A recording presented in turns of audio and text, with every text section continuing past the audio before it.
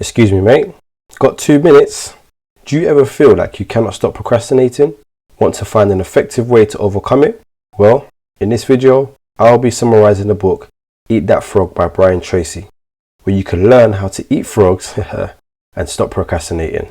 Here on Better You in 2.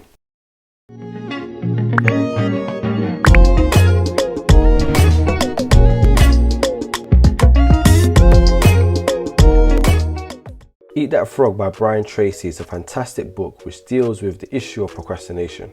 Why call it Eat That Frog? Well, he describes the frog as the ugliest and hardest task you will need to do on any particular day.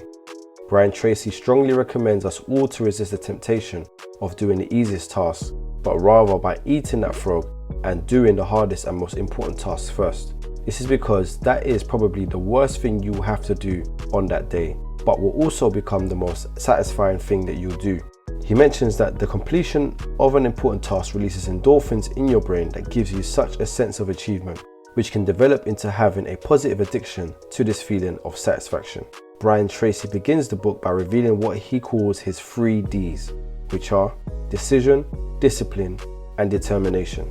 He says that these are all behaviors you can learn, and it is an important set of behaviors to learn because so many people are working day to day on these insignificant tasks that simply because you haven't decided what is critical and what is important, you end up wasting your day on tasks that are needless. Eat That Frog is a book that will not just give you theory but also practical steps to help you tackle this bad habit of procrastination.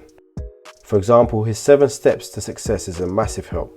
Brian Tracy also reveals 3 questions you ought to ask yourself for maximum productivity, which are: question number 1, what are my highest value activities to do? Or, in other words, what are my biggest frogs?